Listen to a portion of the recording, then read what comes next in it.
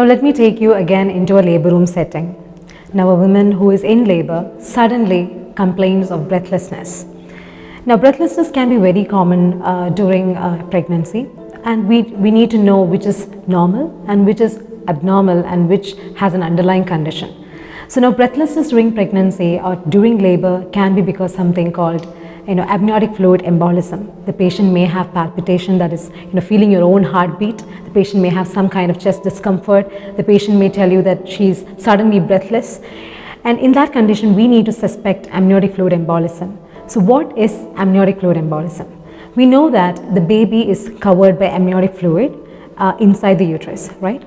So when the amniotic fluid ruptures, the amniotic fluid as well as the baby's hair or baby's lanago, that is something that is on the skin of the baby, all these materials, it is the fetal antigens, can enter through via the placenta into the maternal circulation, that is the mother's blood, and this can actually cause exaggerated reactions. It's kind of an immunological response by the mother against these fetal antigens. So this can cause something like an anaphylaxis, that is an allergic condition, and can suddenly cause hypotension, that is a decrease in BP, can cause all these symptoms which I told you before, and a sudden respiratory as well as cardiac collapse or arrest. So this is something called amniotic fluid embolism, and it is very hard to detect, and it is also very hard to manage. Most of the times we lose mothers because of amniotic fluid embolism, and we need to know that most of the times it can be an not preventable cause of death, and we need to understand, get it right or understand it earlier so that we can adequately treat it and give supportive management at the right time so that we don't lose the patient. Now, what is another breathlessness during pregnancy is peripartum cardiomyopathy.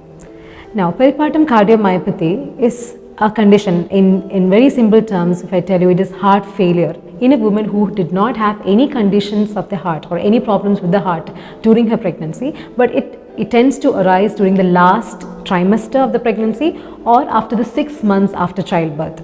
And it is usually a diagnosis of exclusion, that is, you exclude all the other conditions that is affecting the heart and you don't find any other thing wrong, then you need to say that this is something related to pregnancy and this has caused her heart to fail.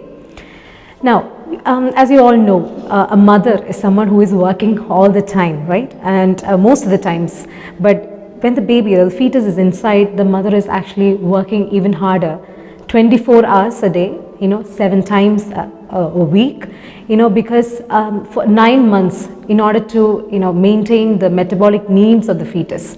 So the heart, some of the patient's heart does not, tolerate the overload on the mother. And so that is why sometimes we see some mothers may develop gestational diabetes because of the problems with their pancreas, because they cannot tolerate the overload. Some may develop hypertension and some women may develop heart failure. So this peripartum cardiomyopathy can, if not detected at the right time, can lead to the death of a mother. So what are the causes? It is usually told because it is because of a hormone called prolactin, or it can be because of multifactorial genetic conditions, or it can be because of various other risk factors like you can say multiparity or obesity or hypertension.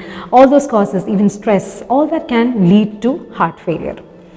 Now, how do you treat this? We need to give drugs for heart failure. We need to, if the patient has hypertension, we need to treat that.